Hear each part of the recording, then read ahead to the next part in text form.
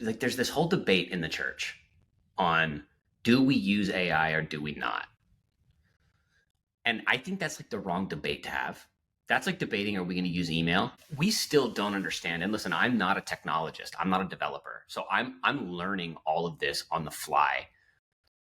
We're literally sitting in a technological revolution, and the amount of change that is going to happen in the next 5 years, we literally legitimately cannot even comprehend it. And the pastoral ramifications of putting our head in the sand is completely unacceptable. We missed it with social media. We missed it. And the church missed it. Hey, my name is Michael Whittle. I am the founder of Pulp AI, and we exist to help pastors, preachers, teachers, and churches repurpose sermon content to make formational content, discipleship content, and help build mini digital networks inside of their local congregations. So excited to share more about that. And this is my Faithly story. Let's start off by, how did you even come up with this idea of pulpit AI? And is it part of the AI craze, or like you had this like idea from the before this all started? Yeah, it's a great question. So, to make a long story short, I have been for the past 18 months really trying to, I have felt a holy unrest, I guess is the only way to explain it, about just the faith based content space, you know? Um, I really interested in just kind of the faith-based YouTube channels and podcasts and all that kind of stuff. And so for the last 18 months, I've been experimenting with, what does kind of building a unique media brand in the faith-based space look like? And so I had been kind of building that, with some friends, honestly, just kind of slowly running some experiments. And in that process, got a bit under the hood of kind of the world of the Christian influencer a little bit, which is an industry, which is so funny to say that there is like this industry of, Christian influencers and content creators. And,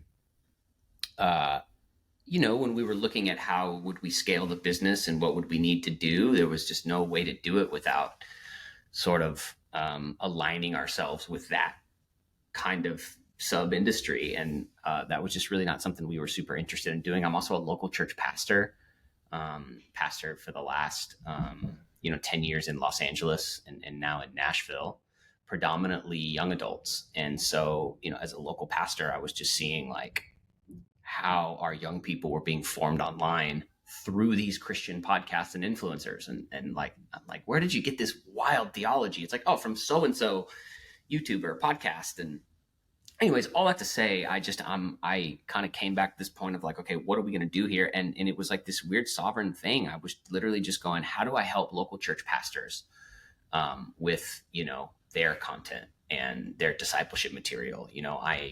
I know hundreds of pastors, and they spend all this time studying and writing and teaching, and they do it with such conviction.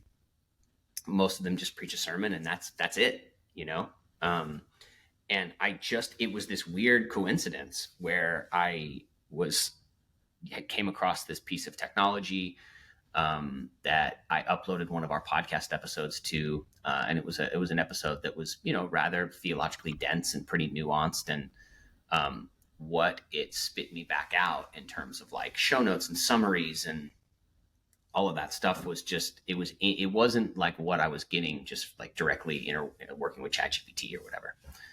And so I basically just reached out to a friend who's a developer, and I said, hey, if we get the license to this API, could we build something around this? And it was literally going to be like this MVP that I was going to show to 15 people. And didn't even really think about like it being like the AI craze. I actually wasn't even thinking about AI being a part of it. And then I was like, what are we going to call this thing? And started playing around online. And it was when I bought the domain like pulpitai.com. I was like, this is going to be a part of that moment, but I just wasn't sure. Like I was so unaware of the way the Christian world was thinking about AI at the time. And anyways, that's kind of a long story short. We kind of spun up a little web app and as an MVP and showed it to a few people. And I put out a tweet about it and it kind of exploded and went, like viral on Twitter in sort of the weird Christian Twitter zeitgeist. And I thought, okay, maybe we have a business here. So it's honestly been, that was in June, and so here we are. I wish I could say I masterminded this whole thing, but Well, uh, often you have like an idea and you don't know how it's going to turn. It's like I always say an idea is like giving birth to a baby. yeah, Like it so sounds true. good initially, but you have no idea how it's going to end up. Hmm. Yeah, man. Yeah, you don't. You know, the Twitter thing was funny because um, it and I guess I didn't think about it with the name, and our tagline on the first landing page we built was like supercharge your sermon. My background is in media and advertising, and so I just had fun with it. And initially people thought that, without reading what it did, people thought that it was going to write sermons for you, right? Like it was an AI sermon writer. And so, funny enough, a couple like really big Twitter accounts like reposted it, kind of like dunking on it, and like saying like this demonic, ew, like kind of just fully like just railing on it. And so it just took off. And what was interesting was there was sort of two responses. There was the response from the Christian blogger, the seminary professor, the journalist, or the publisher, who were like, we don't like this. And then there was the local church worker Wait, and did they say pastor. why? Um, I don't even know that they have a why, to be honest with Mm-hmm. you. I think that part of what that industry exists to do is to pontificate online about ideas, which is fine. I have no issue with that, but it's like, it was like they had a problem with saying that a sermon was content in the first place, or a publisher reaching out and saying this is really bad for the future of like faith-based content. And I responded to him publicly, oh, because your publisher hasn't been publishing books based on sermon transcripts for decades and using ghostwriters, so it was just this like, and I was so shocked at the response, because on one hand I'm getting all of, for lack of a better term, like Christian academia in many ways really disliking it, but then local church workers and local church pastors reaching out to me literally by the thousands, going, oh my gosh, this is genius, this is going to save me so much time. And so it was just this weird, but also such a classic differentiator between sort of like the academy and the the worker, so to speak, the church worker. But and in all fairness, I actually do get the conversation that needs to happen around AI. I'm not like hating on all that. I appreciate it and I think it's fine, but I think we never really intended to build a product for that person. We intended to build a product for, the local church pastor and the local church media team.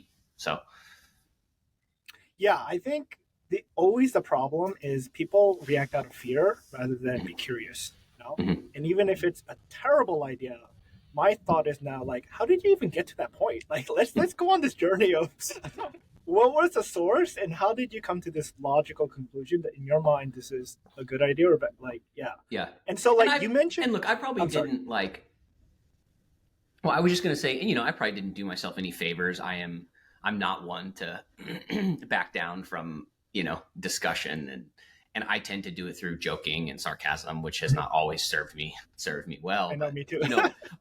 my first response was, I'm a charismatic, I'm Pentecostal. And so I said, it's not a sermon writer, but if I could create a large language model that helped, you know, my area, my sandbox of Christianity be more theologically faithful, would that be would that be awful? Because I bet I could. I bet I could create a model that would help uh, pastors be more theologically faithful to the text. And I was joking, and then of course that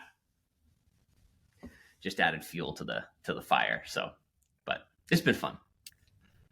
My hot take is as AI and AGI comes to like full fruition, content is gonna like be so easy to make. Hmm. And it's funny because people are worried about like their idea as if it's an original idea, but I think all ideas come from God because all Hmm. good things come from God, right? So any good idea you have is from Him. So we try to take ownership of it and this whole idea of like originality when actually every thought is processed of old information with a new context and Right. whatnot. So it's not Hmm. even your idea. Like you had a old idea, it just became refreshed. Right. Um, And and so furthermore, can I say furthermore, if you are studying scripture and coming up with an idea that nobody has ever thought of or come up with, there's a possibility that it's not an orthodox idea. You know what I mean? Like I always find these people like I've got this. I've pulled out this nugget from the Word of God that nobody in the history of Christendom has ever thought about.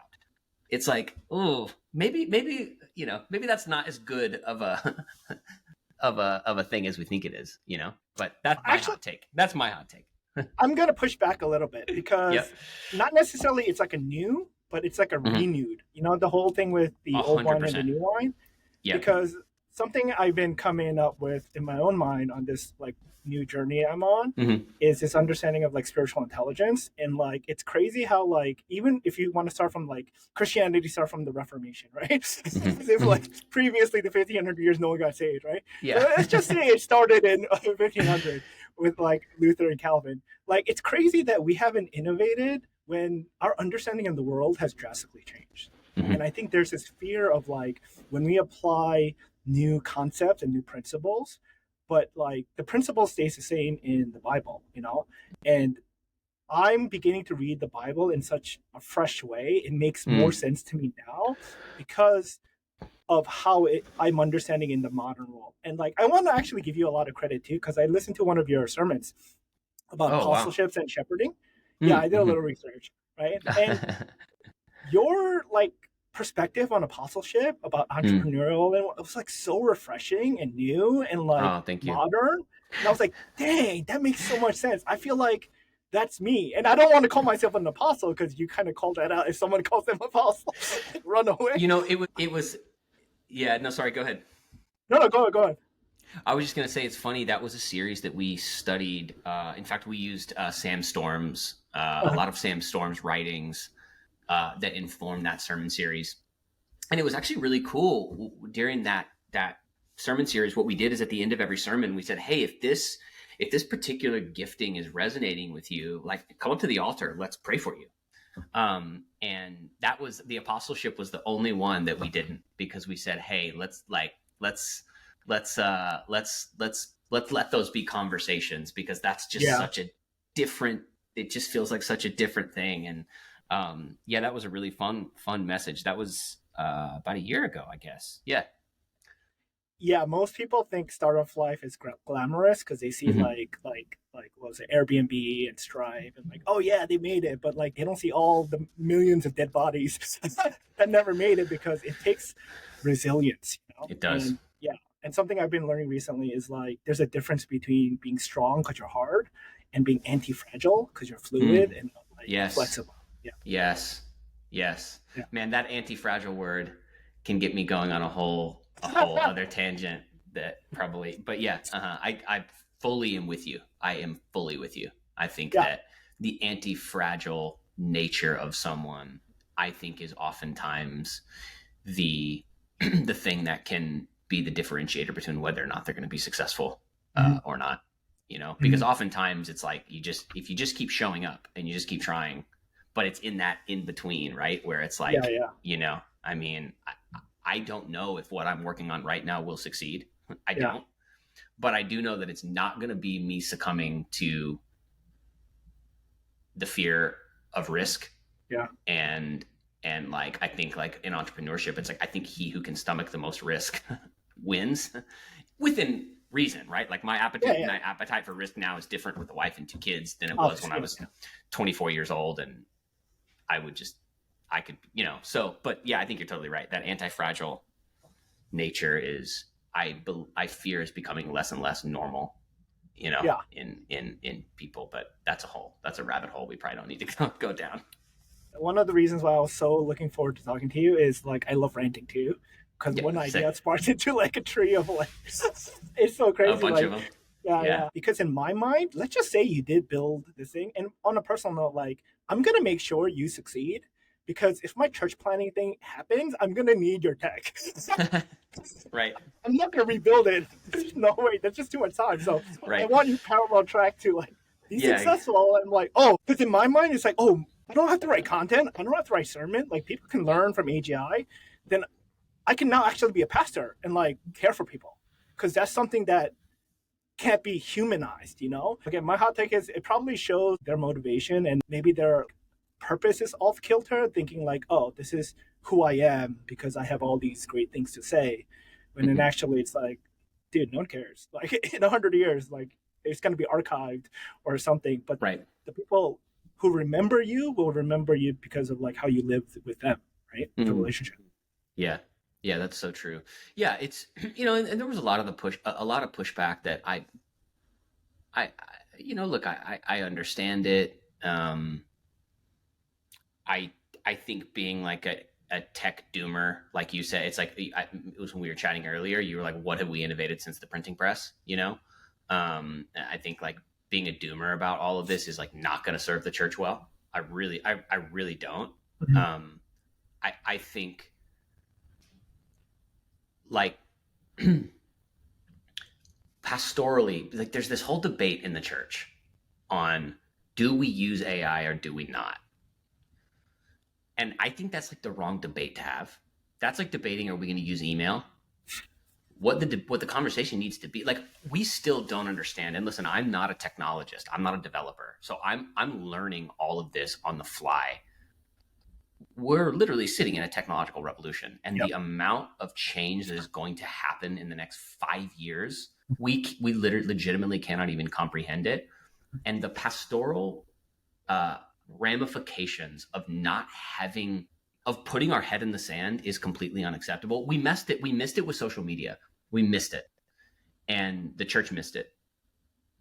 I heard a story the other day from a friend who's a pastor in Canada, and he has a family in his church, husband, wife, two kids. Youngest daughter has Down syndrome. The mom just passed away after a 2-year battle with cancer. And pastor preaches a sermon. After the service one day, the husband comes up to the pastor, and they're just casually talking and chatting. And the pastor's just catching up with, this gentleman in their church who 6 months before had lost his wife and is now raising these two baby girls on his own. And this guy just starts to talk to the pastor about how he is taking all of the letters, all of the video, all of the audio, all of the voice memos from his late wife, and has found a service online that's going to turn her into a bot that he can then put up on the TV so that the girls can have conversations with their mom. And he told me this story, and I said, how do you pastor that? If you have no idea, like it, and if we think that that is just happening in rare occurrences, man, that is like, we haven't even begun to understand the pastoral ramifications of how our people are going to, how their jobs are going to be upended, you name it. So, anyways, I'm as you just mentioned, I'm ranting. To No, I put our love it. heads in to put our heads in the sand and just say, oh my God, we're going to freak out over AI and content, man. That is like that's the equivalent of a church 15 years ago saying like we'll never have a Facebook page, you know. Or actually, it's even bigger than that. It's we will never use the internet, you know. So there it is. There's my rant for the Faithly podcast. But yeah. No, there's Anyways, gonna be more. that's a lot of that's a lot of the stuff I'm thinking about and contemplating is not just like not how does a church practically apply it, but like this is the world we're living in, and if we're to pastor and disciple people, there's no ignoring the world in which we're living in now and what it's going to look like over the next 5-10 years. So. One of the best quotes I ever heard was from John Piper. He says, outlive them, right? Mm-hmm, And I think there are cycles and people who are going to not adjust to a changing mm-hmm, world.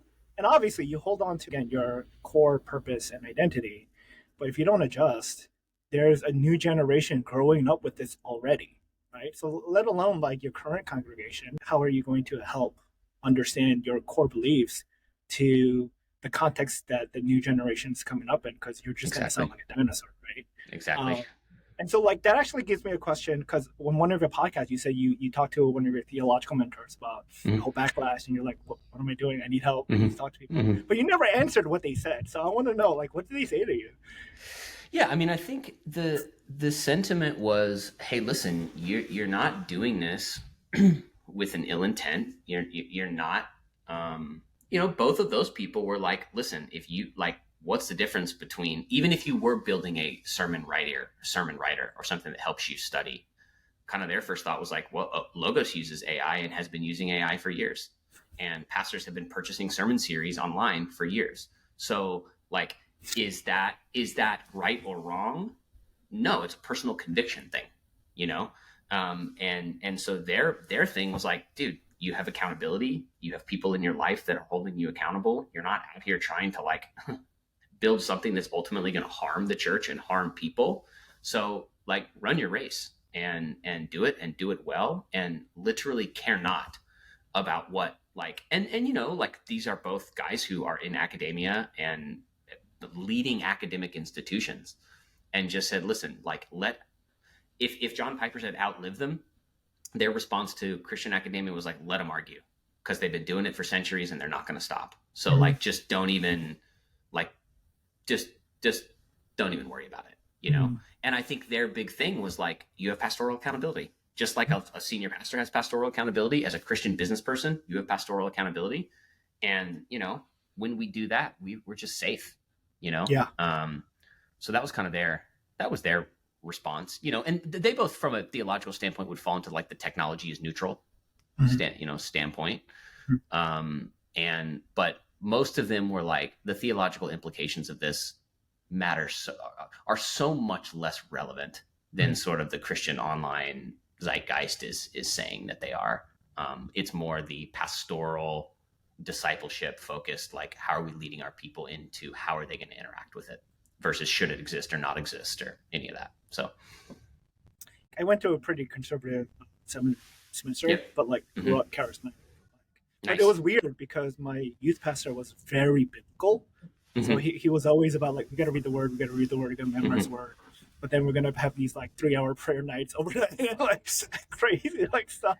And like I thought that was normal. I thought that was Yeah, church, same. right? Same. Yeah. And Hmm. then I went to like Westminster and they're so black and white. I was like, one, like I've never heard someone just break it down systematically. This is amazing.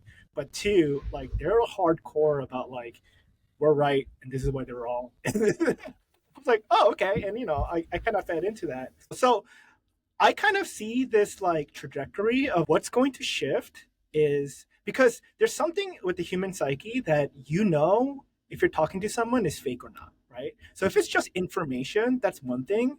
But if you want a human connection, that's a completely different thing. Hmm. And I think what we should worry more about is like fakes. You don't know if this person is real or not. So I Right. think there's going to be a greater need or want to meet in person, Hmm. right? A Until hundred they get percent. robots and like Yes. cyborgs that look like people, and Yeah. that's another problem. But Exactly. like, I think we can never. Embodied in Yeah. the embodied community. You Yes. know. Hmm. Yes. There's something you can never get rid of the humanness Hmm. because we're built for like meaning and like computers can't generate that. Yeah, I want to talk about it like how you grew up. Like you said you grew up really charismatic, but then there was a falling out. Yeah, tell me a little bit Yeah. more about that. So I didn't grow up in church. Didn't grow up in a faith tradition. My parents would say they were Christians, like, but that was not like a part of who we were growing up. It wasn't a part of our worldview. And yeah, honestly, when I was 13 years old, a friend invited me to a charismatic Pentecostal megachurch youth meeting. And I about a month before that, I had been at a kind of like a local Southern Baptist youth night, you know, and had heard the gospel preached for the first time. Mhm. And remember, like, writing, like, this is so Texan, because I grew up in a little suburb of Dallas, a little town of 20,000 people. And I remember driving in the back of my cousin's pickup truck home after that night, after hearing that message.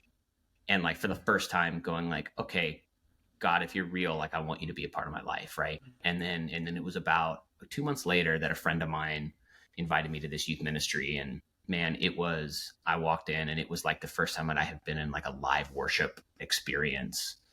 And it was like it was like back in, I don't know if you remember, there was this era where they were calling youth ministries youth churches. And it was like, it was like the youth church movement, and there was 350 kids in there, and man, worship band was amazing. And man, God touched me in a profound way that night.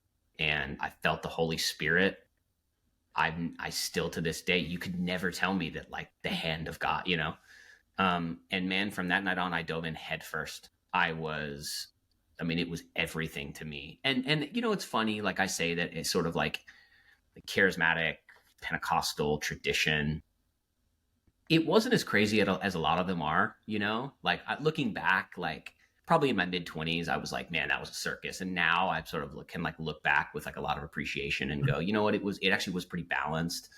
Um, it was sort of a mess theologically. And you know, ultimately became sort of prosperity gospel-y, which I actually think was like probably the most harmful part of it, not necessarily its charismatic expression, because it was a church that was birthed out of a prayer movement. And so it was very big on prayer. It was very big on the prophetic. It was very big on intercession, and moving in the gifts of the Holy Spirit. And man, I just like, did the Lord touch me like probably a handful of times from, you know, between that night when I was 13 to when I graduated high school. And yeah, did ministry there, and honestly learned so much, learned so many beautiful things actually.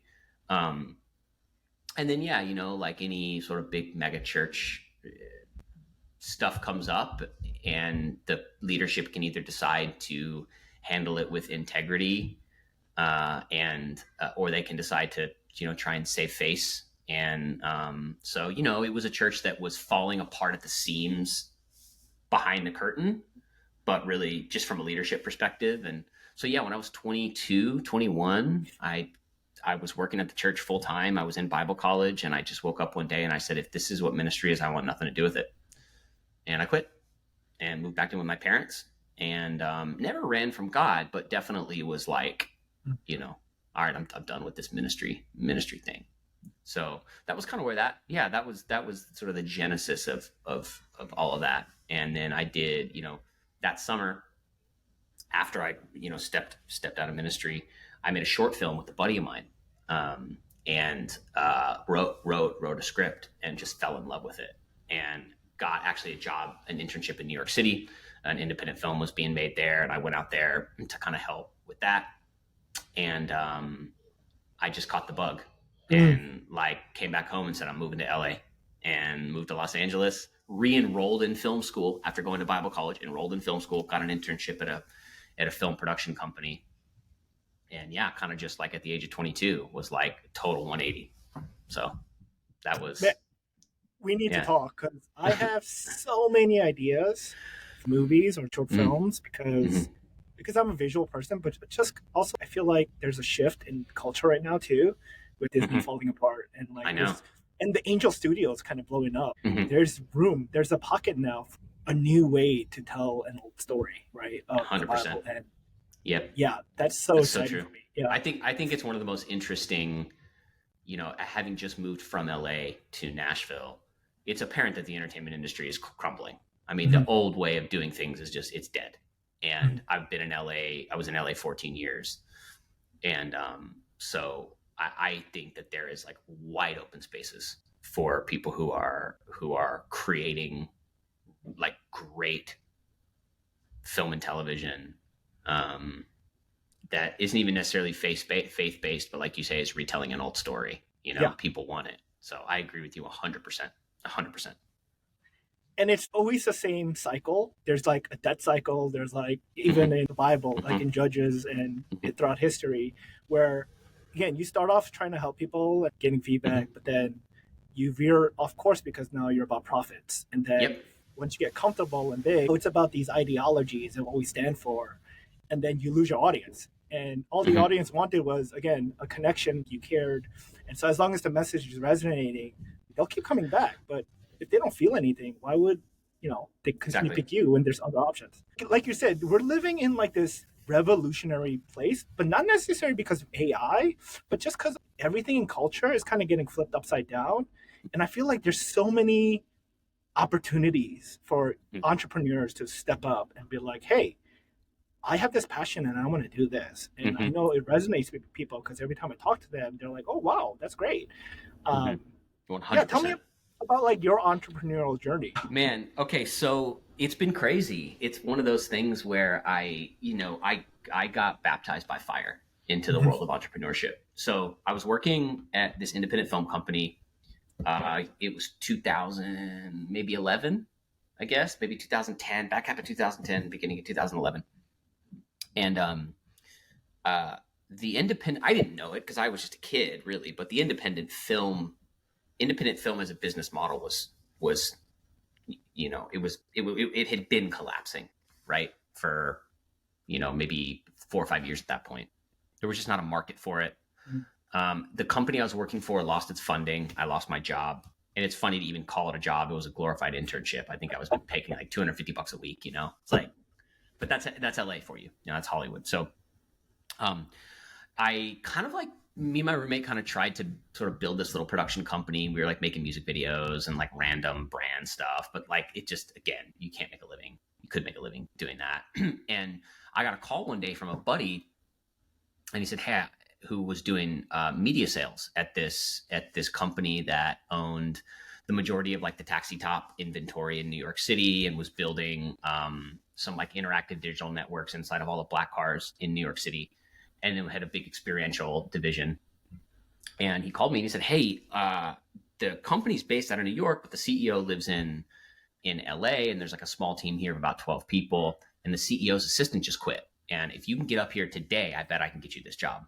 Oh wow. And so I literally went up, and I met this guy's name's Lawrence Hallier, who to this day is still, he's not a believer, and in fact we still love to debate about. He's a staunch atheist, and I'm a Christian, and some of our best conversations have been about that. But man, he introduced me into the world of entrepreneurship. So he was the guy who reinvented the taxi top. So he came up, he was building a printing company in the 90s.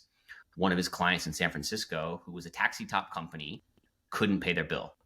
And so Lauren said, "Listen, give me your company, we'll call it a deal." The guy was like, "I want out anyway." And at the time, taxi tops were these gross, cone shaped Yeah. Try again. advertisements that basically it was adult nightclubs and cigarettes, and really kind of alternative lifestyle stuff that was being promoted on them. And he said, "Okay, I'll take your company." And he redesigned the taxi top, and built a company, and owned 80% of the taxi top inventory in the United States, and ended up selling that to Verifone, or was it Clear Channel? I think it was Clear Channel. And the minute his non-compete was up, he went and he re-signed all those taxi leases, and he started building the company again. And so I came in, he hired me as a personal assistant, and he was transitioning from building out-of-home media networks to these sort of like interactive digital networks that were all centered around transportation. So over the course of 7 years, I helped them launch 7 businesses. We built interactive digital networks inside of all the taxi cabs in Las Vegas, and in black cars in New York City, Singapore, Macau. And so I just honestly got a front row seat. We had this weird detour of building a consumer product company that got sued out of business by BlackBerry, which is a whole other wild story. And I just fell in love. He just gave me a front row seat. And instead of just like, I was his assistant on paper, but really I was like, he would send me to Las Vegas and say, "Hey, in 90 days, we have to have this digital network built. Like, talk to the taxi companies, hire and build a sales team, figure out how we're going to go to market." And looking back, it's probably just because I was cheap and I was down, to like work 80 hours a week, but I loved it.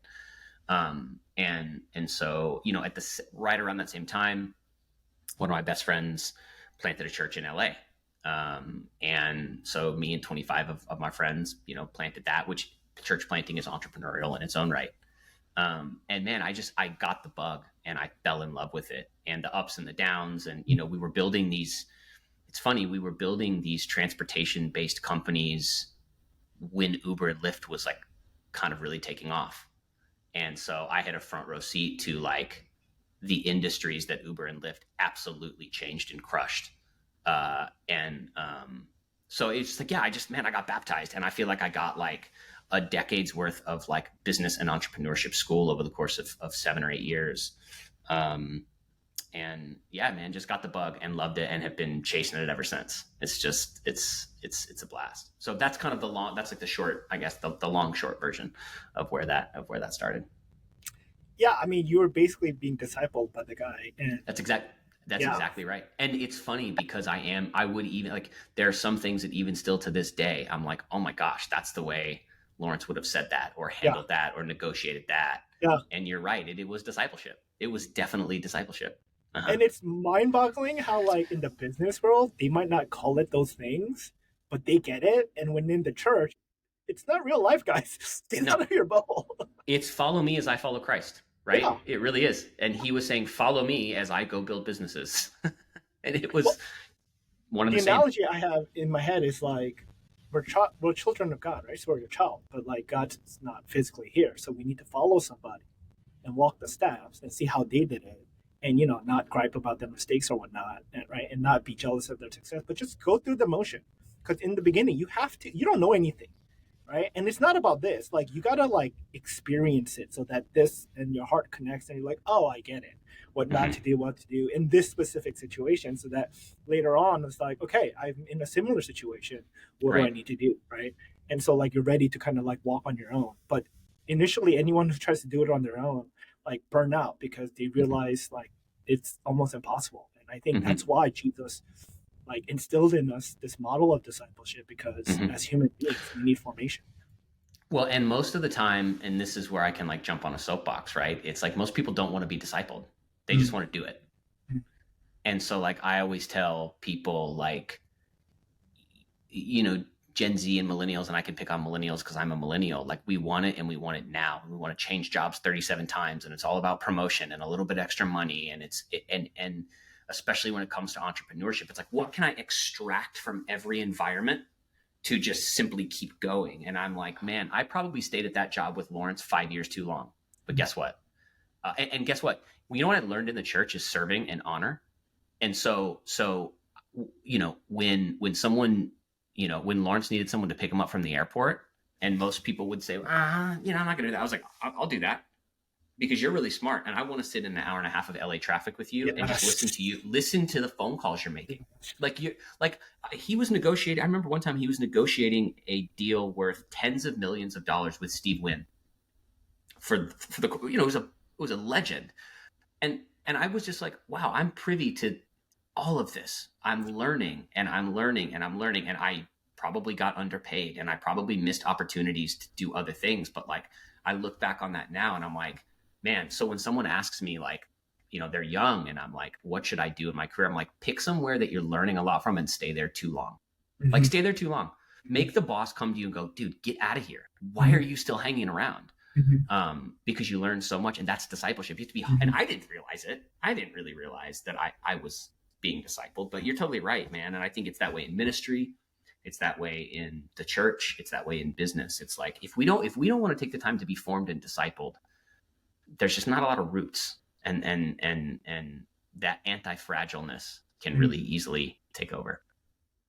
Yeah, so how I said I'm learning new things in like Mm-hmm. a fresh like, paradigm. The whole abiding thing Jesus talks about, like it makes total sense now. Whereas before it was like, you better be near me. I'm like, I don't want to. Like, I want to do my own thing. But now it's like, oh, I get access. And when I'm just in your presence and just watch what you do, I learn so much. And so you absorb like the experience in the moment, and that your knowledge now becomes understanding. And it's amazing.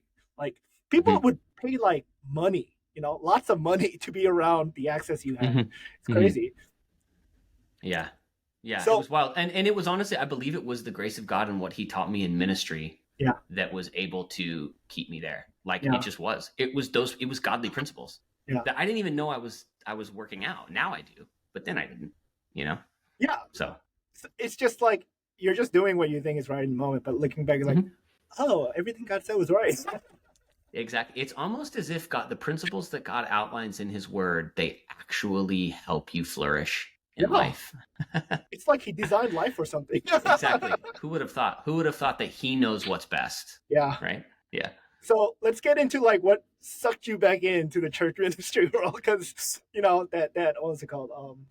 Al Pacino. Like once I'm out, he sucked me back in, and I that's got how I I. got I got tricked, man. I legitimately got tricked. No, man, one thing I never didn't do, I struggled with my ideas around church.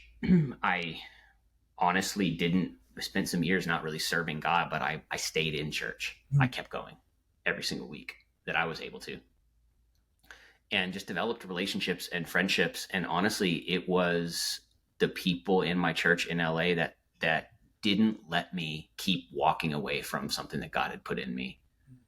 Um, and kept just asking and giving me opportunity and, believing in me. And then, you just, out of sheer friendship and loyalty is where it started. I love my friends. I love what we're building together and I want to make it great. Um, and then, yeah, man, it was just like these slow steps. And the next thing you know, I'm like leading one of our locations with my wife and absolutely loving it. So that was it. I think it was seeing healthy ministry, not perfect. Mhm. Nothing's ever perfect, but um, seeing healthy ministry, and slowly, it was hard for me though. It was a long journey back. It was a lot of saying no.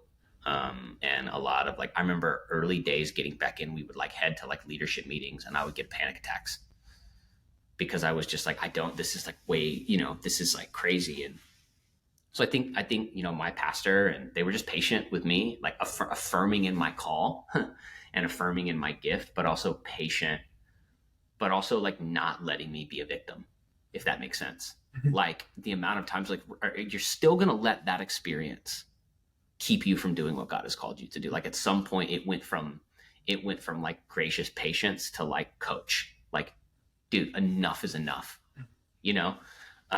So honestly, it was the people around me. It was Yeah. legitimately the people around me that, and then my wife, meeting my wife and seeing what God had done in her life and seeing how he was using her and kind of just, yeah, all happened like that. Yeah, something I'm realizing more and more recently is it's so easy to give up when you feel like you're not connected to anyone or like you have no consequences. But when you're surrounded by people that actually care about you, and it's much less about you care about them, but you care that they care about you, and you're like, damn Hmm. it. Yeah, exactly. That's exactly right. Okay, I'll keep going. And this Yeah, is yeah, why, yeah, like, yeah. I think there's just a misunderstanding of community. Community is not a bunch of people; it's just a crowd. Right? Like, you need Hmm. friends. You Hmm. need friends to be like, hey, I love you, or like, I Hmm. love you. We Uh-huh. need like, yeah, we I need mean, dude, friends. I had, so Jake, who's, my pastor, he's also one of my best friends. In my mid 20s, I was dating someone I shouldn't have been dating. And after about 6 months of me just like knowing it and him being patient, one afternoon I'm over at his house and he's like, dude, I'm done listening to you about this. We're getting in the car right now. I'm driving you over there and I'm sitting in the car until you break this thing off. Like I'm done. He's like, I've been patient. I'm done. And I remember being like, holy crap, like this is a friend. This is like a brother, you know? And you're exactly right. It's like when you have those people around you, you realize how impactful it really is. And you give them access. You don't get like it's ironing sharpening iron. We want to make that sound really cute, but it's painful, man. It's Yeah. painful. Um, and but that's why community is essential. It's why God made us for it. So I would be gosh, I can't even imagine where I would be without that community that's been surrounding me for the last 10 years. And this is also why I don't worry about AI that much because I can't imagine AI being a friend. Like, it'll be an amazing assistant, Mm-hmm. but it can't be a friend that's going to call No, out your BS and stuff, no, no. Yeah. Yeah. I mean, look, I think there's a subset of people who are isolated, who are honestly have some mental health stuff and some, or some addictions. Like I think there is a subset of people that can and will. Like I think I just read like Japan is like having an epidemic of that right now, of like just of like middle-aged single men who are, but I think, and I think we've got to obviously look at that, but like as an overall broad, like exactly what you said, it's like people know real and people know fake. And so like an AI friend, I think is for the vast majority of people something that, is not going to be a thing. Maybe I'm wrong, but I would agree with you on that. And this is why I kind of like what Sam Altman is doing, even though he had that crazy situation open house. So, like, Twitter was insane a few days. But Can you imagine being a developer at OpenAI and holding millions of dollars in warrants that you are just about to be able to like liquidate Like you've already bought your second home in your Yeah, head. yeah, Like, you know what I mean? And all of a sudden it's like, wait a minute, is this going to happen or is this not going to yeah. happen? What a wild, well, it's like a season of Succession all wrapped up in one weekend. Yeah, that's another conversation. People don't realize your stock means nothing Bro. until you IPO or you get like bought, and it's just pieces of paper. So he's like saying like this is why we like ship like a not so great product, and we're iterating with the public because we want to have conversations. And Hmm. people who are concerned about this, instead of railing on your soapbox, Hmm. join the conversation. People want to listen to you. You have a perspective that might be valuable, but don't be aggressive about it. Explain your logic, right? Hmm. Like we want to Exactly. understand and make Hmm. this safe. So Exactly. yeah, yeah, Exactly. Yeah, it's a wild, man. That's just a whole other, all the stuff around AI right now and what it can do and what it can't do and the understandings and the misunderstandings. It's a wild, it's the Wild West. It's literally the Wild West right now. but as Christians, like I have to remind people all the time, and I need to remind myself too. But we have a safety net. Hmm. Jesus, like we already know the end. It's in Hmm. Revelation. So Yep. until now, until Revelation, and if people actually read Revelation, I've been reading that a lot lately just because of the whole AGI thing. Because I think the beast is actually AGI. But that's another story. But like there's like wild, wild things. Things get really bad. And I think that's just a natural progression of human nature without Yeah. God's grace. Yeah, the And world, the world, the world is going to get more chaotic and the church is going to get brighter. yes, that's the Like thing. Yeah. that to me is in if we talk about sort of the theology around the book of Revelation, there's so many questions and so many perspectives and Yeah. all this kind of stuff, right? But I think if it's like, yeah, the church is going to get brighter, Mhm. the world's going to get crazier, the church, that Mhm. doesn't mean it's going to be easier. Mhm. It doesn't mean it's going to be easy, Mhm. but it means it's going to get brighter, you know. And it's funny because even in human history, like Christianity exploded under persecution and Hmm. suffering. Hmm. And I think us in the West, like we Hmm. have a luxury of being in Hmm. this country that we have all these freedoms. The church is built in a climate of war, and I don't Yeah. mean that in like I mean that, you know, theoretic, like it is built, it like you just said, it has gained its most ground, it has advanced. There's been seasons where it's had to go a bit underground, but even then it grew and was powerful. So I think, maybe the church, maybe it being a little bit harder is not a bad thing. Maybe it's a good thing for Yeah. churches and Christians. Do you know Leonard Ravenhill? I love him, man. Yeah. He Yeah. says, stamp eternity on my eyeballs Mm-hmm. because I think too often we're either too obsessed with the past or the present or our generational Mm-hmm. future rather Mm-hmm. than like, oh, actually, at the end. Mm-hmm. And like every sermon that's like gospel centered, yeah, you land on Christ, but Mm-hmm. I don't hear I, much about like the urgency of the last day coming. No, no. Yeah, We need a Leonard Ravenhill chatbot. I'll tell you what, right now, we need a Leonard Ravenhill chatbot, and we need to make it free for all of Gen Z. I will fund Just, you. just Gen Z. Here's the rule: you got to just 2 years of straight Leonard Ravenhill sermons, and see if that doesn't disciple you into some. I mean, that dude didn't play around, man. That guy preached hell. That guy preached salvation. That guy preached. I mean, yeah. Anyways, don't get me started. I love it. No, I want to because here's the thing about your like tech right now. Because it's consuming audio and video, and I know it was meant for podcasts, which is like crazy because I always thought if you just consumed all the podcasts of people, right, you can make a chatbot out of them, right? Mhm. But instead of that, what if you just took all the best sermons and all the best people and just created content out of that, right? And so now we have again a wealth of information, but Mhm. now how do you translate it? How do you apply it? What does it mean in my situation? So like that's the more pastoral skill that we need to foster rather than like again be content farm. 100%. a hundred Yeah. percent. I mean, listen, I make no apologies for saying like, you know, we're. I mean, yeah, I want to build the largest repository of sermons in the world, Mm, and I want to do something with it, mm, and I want to partner with the people who preach those sermons to do something with it, and I think that's really important. I think you're exactly right. I think you're exactly right. It's like we haven't even begun to understand what yeah. we can do um, with all of this information and all Yeah. of this data And if we believe that the sermon, I believe the sermon is the greatest art form. It's the greatest art form ever created. And, you know, why would we not maximize its effectiveness in every way that we can? I also think because not a lot of people have experience with entrepreneurship, like starting from scratch, they confuse a task, right, with a skill. Mm-hmm. And I have to remind people, that's why I keep saying I was an unconventional pastor, because my skill set wasn't just to preach and teach Mm-hmm. and like Mm-hmm. shepherd. It was to solve problems. Like at the end of the day, all human beings are problem solvers. But like where we get lost is we define the moral code of what we think is good and evil, right? That's Rather than like, exactly right. oh God, what is this, Mm-hmm. standard? And so like if we just get into this problem solving mode, and you can solve people's problem in whatever context, you're just so gold because that's just so rare. Mm-hmm. Yeah, yeah. Absolutely. And so I actually Absolutely. want to ask you, like, what is your ministry of philosophy? Because I know you're really big on the local church, which I Mm-hmm. love. Yeah. Again, like researching you, I was just like, man, this is like my twin brother right now. Just a lot of things that are happening. Right, I gotta be best friends with this guy.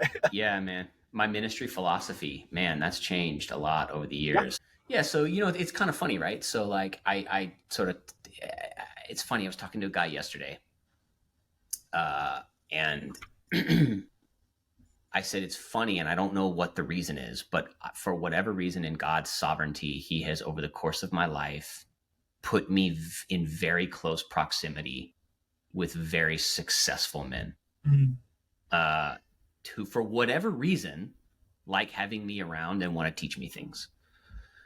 And so like, I got saved at this mega church, and the pastor who was the pastor there, who is still a hero of mine, and he served God well. And did he have his issues? 100%. He also had a massive stroke in 1999 that I don't think that messed with a lot of stuff. So he's still an amazing guy, faithful, made some bad decisions, but is an amazing man, right? But I had a front row seat to a church that went from nothing to 7,000 people like that, who had weekly television shows worldwide, and he oversaw 6,000 churches. And so I saw the mega church growth engine really up close as my introduction into ministry. And then, push that against starting a church with 25 people in the Koreatown neighborhood of LA, and then growing. We grew to 4 locations in 5 years or something like that, and we were growing, and then thinking, I'm here going, man, I'm a great church, I'm a great pastor, I can grow a church, and I can get a bunch of young cool people in LA involved and giving and serving and leading groups. And then COVID hit. Mm-hmm. And we go from thinking we're the best pastors in the world to like, Mm-hmm. why are all the people in my church deconstructing their faith and posting heresy online and leaving the church and leaving just like. And I was like, oh wow, I was really good at like building church members, but maybe I wasn't great at discipling people. And so listen, I want the church to grow. I want the Yeah. church to be big and bold and creative and beautiful. But I think my ministry philosophy has become a lot more local, a lot more discipleship focused. And honestly, man, simple: word and spirit. Are we teaching people the gifts of the Spirit and how to commune with the Spirit? Are we teaching them the Bible, right? Like, do they understand the scripture? And are we teaching them how important community is? And like that's the philosophy now, Mm-hmm. is just like word, spirit, discipleship. And if it grows, it grows. I think what we run the risk of, coming out of sort of like the boomer seeker sensitive megachurch model that was attractional. And I like talk to a lot of young guys all the time who are planting churches, and it's like we also can't forget to be missional. Like, we also can't forget that the gospel does need to expand, and we do want our neighbors and coworkers to get saved and planted in a local church. And so I think I think that's going to be the challenge of the next 10 years of this generation of like church planters, is like keeping a big missional focus while also being very super focused discipleship. It's just reorienting. I think church is not the evangelism engine, right? The number one reason we do church is to glorify God and to edify the saints, and then to reach the world, in that order. And so I think that, I guess maybe that's my ministry philosophy, is like, what does church exist to do? First of all, glorify God and worship Him. And our worship songs we sing should reflect that. Our our sermons that we preach are first and foremost to glorify God, and then to edify the saints, and then to reach the world. So I think if you're doing it in that order, that, I mean, at least that's my ministry philosophy. Mm-hmm. Um, yeah, I don't know if that makes sense or not, but just to Oh, me, it does. it's so much simpler than we make it out to be. No, I love that you said simplicity. Like I bought the domain thesimplegospel.org. I love that. I love that. Because it's funny because even my own journey, he did not send me to successful people. He sent me to disaster. Because my senior pastor, the last like full time job I had, he said I was a parish trooper. Like he just like put me in crazy situations and I would just like revamp it. That's a gift, man. That's a gift. Yeah, it sucks. But here's the thing. So like it helped me with boot camp too, because coding, honestly, anyone who went to Westminster, Hebrew to winter, like intensive, Mm-hmm. is mind-boggling hard. I bet. I bet. Coding was harder because you Mm, have to reframe your understanding in a logical way, and it was just so hard because I just didn't think that way. mm-hmm. And honestly, the only way you can get into one of the FANG companies if you do data structures, like you Mm-hmm. understand how things work, and then they test you, right? And you think these are so stupid. You never use this in real life in code ever, right? It's just complete conceptual. And then once you get more advanced, you're like, oh, actually, you see these patterns everywhere, right? And so this whole idea with the whole like my spiritual intelligence idea is like there are patterns in the Bible that are matching with how the universe works, right? Mm-hmm. And when you understand that one thing, now you can like build this logical tree of like, oh, this means this means this means this. And all this to say, I feel like because of like the Renaissance and the rational movement, we always thought like, oh, you need to have information and memorize everything so that you're prepared for every situation. But Mm-hmm. again, in entrepreneurship, like you have no idea what's coming. Mm-hmm. So you better have like core principles that apply to any context so that when you're there, you're like, okay, what's most important to us? These things. Okay, now that these we believe in these things, how does this connect to a solution? And that's Mm-hmm. just a. It freed me from having to remember everything. So as Mm-hmm. long as again I had just very simple patterns and core principles from Mm-hmm. school, and I think that's all wisdom is. Right? And then people are amazed by like, oh, but how did you say it? I'm like, I'm gonna completely honest. I'm like really dumb. Like I'm not smart. The only thing I have is just like I just remembered the pathway of this is the principle, and this is how I understand it, and it just sounds good. So I love this I, simplicity. Yeah. yeah, yeah, that's great, man. That's so cool. I love it. I love Can we it. get into your panic attacks a little bit? Absolutely. Yeah, Sure. like did you always have them, or it was just the ministry, and how did you deal with it? Man, that's a great question. Yeah, so I had my first panic attack when I was 8 years old. Oh wow. Yeah, so my father, as far back as we know in the dad side of my family, the men have struggled with either severe depression or severe anxiety. And so thankfully, I had a dad when I was 8 and had a panic attack for the first time at school. He knew what was happening. You know what I mean? Like, and it was weird because that would have been 1994, 95. I think I was in the fourth grade. And now the beauty of a dad, the beauty of a family knowing how to deal with that also just means you automatically deal with it the way they did. So, I mean, I was on Prozac when I was 9, Oh wow. and Clonopin when I was 9. So think about that. That was the solution. Um, and had been on and off medication for most of my life. Um, and I never had any like the crazy horror stories you hear with people about that. It just honestly it like worked and helped, like at the level that I used it. So all that to say, it's basically been like this.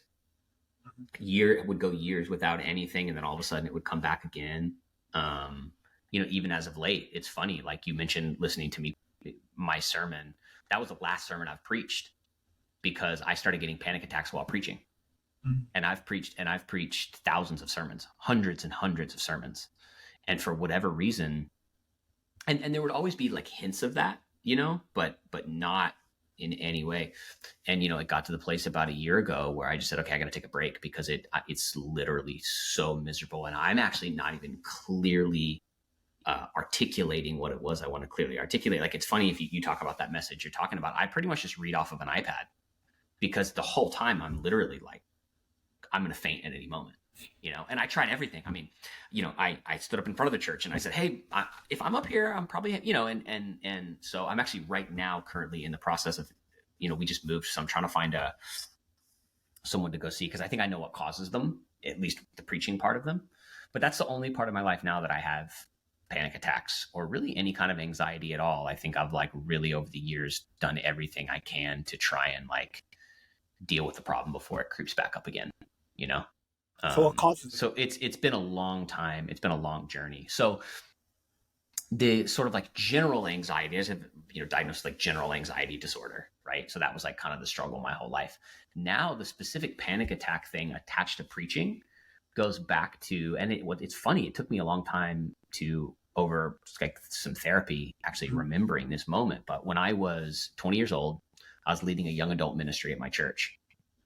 And when you like, it's funny, I've actually never told anyone this, so this is funny to even be talking about this, but I love it. Like if you go like a whole day without eating and you get like the shakes, that feeling, and you sort of like feel faint. Yeah. Okay. Yeah.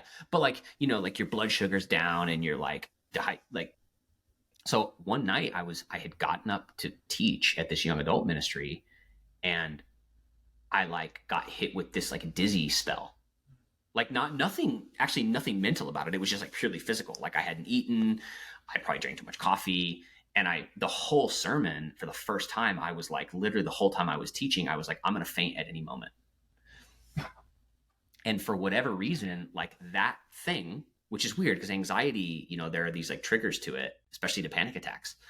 And so what it did was like it kind of like turned this thing into this basically being anxious about being anxious. And so the fear is literally like, I'm going to get up there and I'm going to have a panic attack, which then leads to, so it's like this like death spiral basically. So that's actually what my doctor thinks is like the genesis of that, because speaking in front of people doesn't make me nervous. Communicating doesn't make me nervous. I feel very at home in front of a group of people, teaching, talking, whatever. So wait, I'm sorry. You're saying this all started just that day where you physically felt? Wow. That's legitimately what, because like something kind of just imprints. Yeah. And so when so at least that's what we think currently. I'm kind of like in the process now of really trying to work on it, because teaching is something I want to get back to as soon as possible. But it just, with that mixed with starting the company, things were just too crazy to be able to allocate the right amount of time to do that, so. No, that makes a lot of sense to me, because something that I've been on this journey of like figuring out my own triggers and traumas. Mm-hmm. It's like, I've heard it all my life. Like, it's like childhood trauma. I'm like, shut up. Like, there's like defense mechanisms. But when I really think about it, I'm like, oh, so like my issue is like I become a terrible person when I'm angry. And most people, it's like, oh yeah, no. It's like, no, like, because I'm like very emotionally all in or all out, that's just who I am. Like I can go from 0 to 100 in like a split second. And so I realized a lot of that was embedded in me because I grew up scared, because I grew up in like not a great like home life. Yep. And so a guy who's been a mentor to me in ministry said, when a man's default is anxiety or anger, there's something deeper going on beneath. Like that's the check engine light coming on. Yeah. And he said it usually manifests in one or the other, anxiety or anger. I can totally see that. Like my anxiety, it's not anxiety. I think maybe I grew up anxious, but I hardened myself. And I grew up in the 90s, so it's like exactly. I was like out at night and whatever, but I was always with church people. But like, I was like independent, and like I grew up with guys that we just like ragged on each other and cursed each other out. But like we loved each other. Like, and so like you can't do it to any of us, but we can always do it to each other. Exactly. So it's like it was normal for me to be hard, right? And now when I got into ministry, I'm like, what is up with all these soft dudes? And they would get really hurt. And now I understand, okay, that's just not how you want to shepherd people and love people, like, by offending them. But like, I never thought it was a problem until like yeah, this past year when I had to really start killing my ego, and that's Mm. totally God thing, and really like figure out where this anger is coming from. Man, it's crazy because I feel like what's happening now, and again, I have no evidence for this, so this is totally like you literally have to like create new neural synapses. Hmm. So anytime you have a new memory or you reframe it, and here's the crazy thing. I learned recently because I've been on a rabbit hole with YouTube about the brain. Like all thoughts go through your emotion first. Hmm. And so Totally. every time you think of something, even if you don't feel it, it's because like you haven't applied a meaning to it. But when there's meaning, that starts flooding. And so I have to like fight this like, and it's funny how you said you get anxious about being anxious. I get angry that I get something. I'm like, damn it! Like Yeah, I I thought know. we went this already. What is going? And Uh-huh. family is like always the perfect people to trigger me. And it's funny. Mm-hmm. The last 2 years I was in Atlanta and I was super comfortable, but God dragged me back home to the one person that drives me crazy is my mom. And so like I've been doing a lot of repenting, and I'm still not there. So I'm like kind of like ignoring her too because Hmm. like I love my mom. Right? Anything terrible I say is just complete honesty. Because if anyone Totally. else treated me that way, like you'd be dead to me. So this is how I deal with her. But like, yeah, like she just doesn't know how to not be a mom and let go. But yeah, she's just so needy, You man. know what I Like, that's hilarious. That's hilarious. uh, You know, actually, who I found to be super helpful is on all these topics is Queen's local Pete Siscaro. uh-huh. He has a book called Emotionally Healthy Spirituality, Emotionally Healthy Discipleship, and his devotional he's got a 40-day devotional that's been super helpful Yeah. for me for all that stuff, whether it's personal ministry, anxiety, frustration, fear, you name it. His resources have been, gosh, they've been super, super helpful. So here's another hot take. Mm-hmm. I think people misunderstand scripture because if you actually just read it as it's like happening in its own timeline and not apply meaning after the fact, then things make a lot more sense. Mm-hmm. And We love to prove text, don't we? We love to prove text. it's not even just proof text; it's like proof contexting. Do you know what I Yes. mean? Well, it's the. I mean, whoa, dude. But the thing is like, it's like we have an entire generation of people who have been taught to read the Bible first. What does it mean to me versus what does it mean? Mm. I mean, think about like as much as I love devotionals, like the devotional movement taught us how to go. What does Jeremiah 29:11 mean to me? Forget about what it meant. Forget about what it actually meant. Forget about what the author was actually saying in the context in which they were saying it. If we read scripture through just simply what we're trying to make, like what it means to us and applies to our life, we're actually missing the beauty of scripture, right? And it's not that doing that's bad. It's just that we've got to try and find out what's actually being said before we try and interpret it to what it means for us. You know what I mean? So I love what you're saying. So let me blow your mind a little bit because I now think that's even a little too far. I think we Mm. need to start with what does it say? Just Mm-hmm. even translation wise, is this coherent in a modern understanding? And then Mm. the next question that has been really helpful is like, why is this here? Not what does it Mm-hmm. mean? It's like what relevance does this fact have? Like Mm. greatest thing, genealogies. I'm like always like trying to get through it and not reading it or like freezing through it. But Mm-hmm. I started using ChatGPT to be like, okay, what does this word in Hebrew mean? And you get all of these understanding and you realize, oh, you know how you said like Pulp, like the name is important because the name gives it an identity because it Mm-hmm. helps the person hearing the name something. So every name in the Old Testament has a meaning behind it because Mm-hmm. it's like a character study. And you're Mm-hmm. just like, oh my gosh, Mm-hmm. it matters. So I've been like reading slowly all the genealogies, what it means, and like Cain, it means like of substance or like filled with something, but Abel is like vapor. And it's like this, oh, like Moses is helping us understand like there was something inside Cain, but with Mm-hmm. Abel he was more pure. And you're just like, whoa, I did not understand that before. I Yeah, know. And this it's is why fascinating. like I want you to be successful because I want your thing to like extract that for people to understand, like, Mm. oh, yeah, the way we've been reading it, yeah, it was helpful up to now. but like we have so much more information about the human mind and the emotion and just who we are. Yeah, when was the last time you changed your mind on something? Yesterday. Yeah, what was it? Hmm. The number that I would sell my business for. Did it go up or down? It it went up. Yeah. It went up So like, what totally. led you to change your mind? Like, what new information did you have to be like, oh, make you reconsider? Part of it was spiritual, part of it was practical. So, I mentioned that my daughter was born and we had some serious health problems with her. So she was born, she was fine. We brought her home. 2 days after having her home, she woke up and she was projectile vomiting green. So we rushed her back to the hospital and she had intestinal malrotation. So her intestines had twisted around on each other 3 times. And this was kind of right in the midst of this business kind of blowing up. And, when you have momentum like that, people were hitting us up and they were wanting to invest and you should go this route or go that route or do this or do that. And so my daughter's in the NICU and after the surgery, we knew she was going to be fine, but she was in the NICU for 9 days.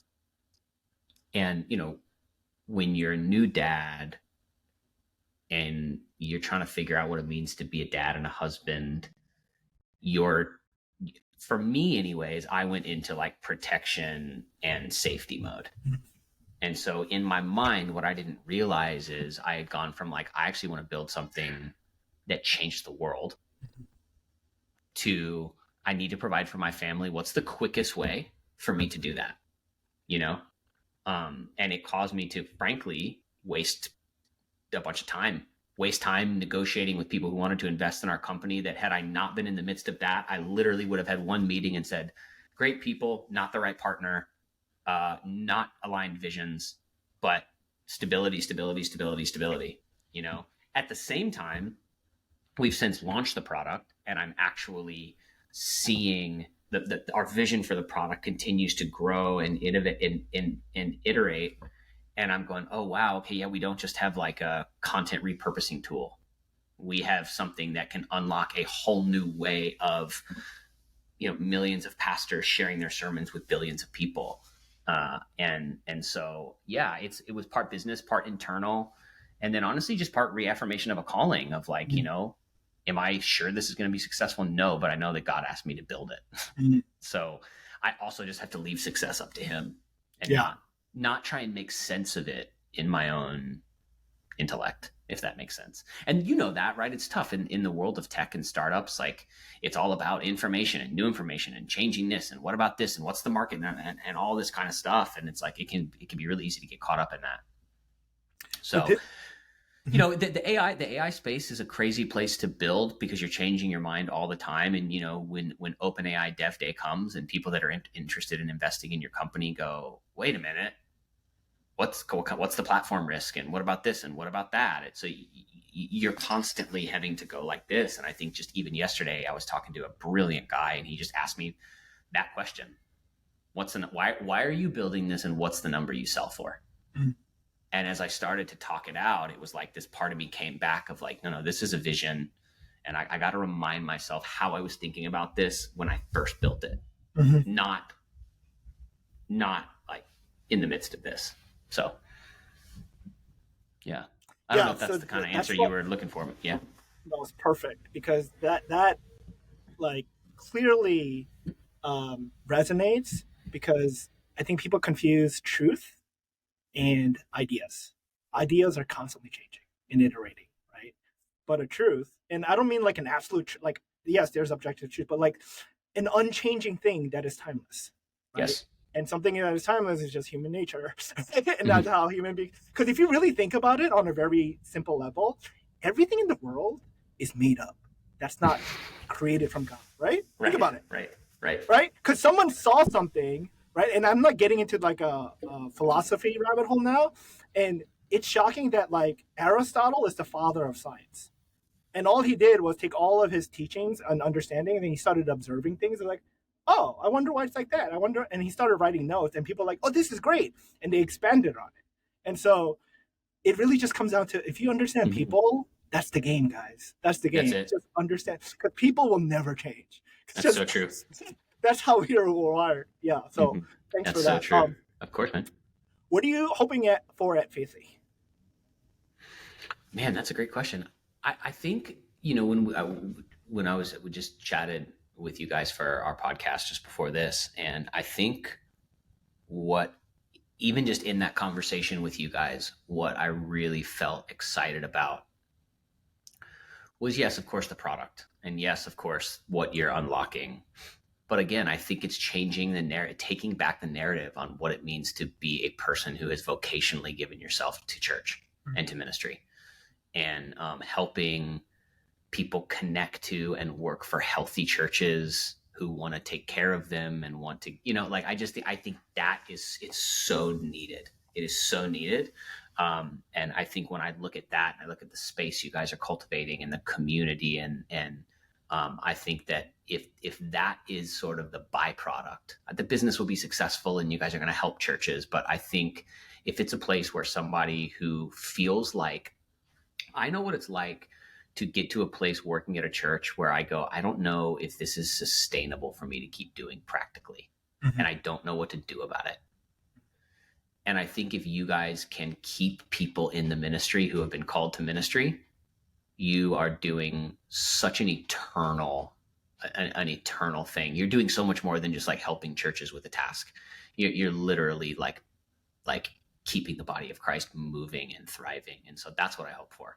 I hope that that's the place you guys can be, where someone can go, okay, maybe I need to make a change, or maybe I need to bring someone on to the staff or whatever. But I know that if I can go here, the kind of people that are a part of this community are people that are like believers in the church and believers in keeping people building the local church who are called to do it. Thanks. How can we be praying for you? Well, we're sleep training our child at the moment. So I think,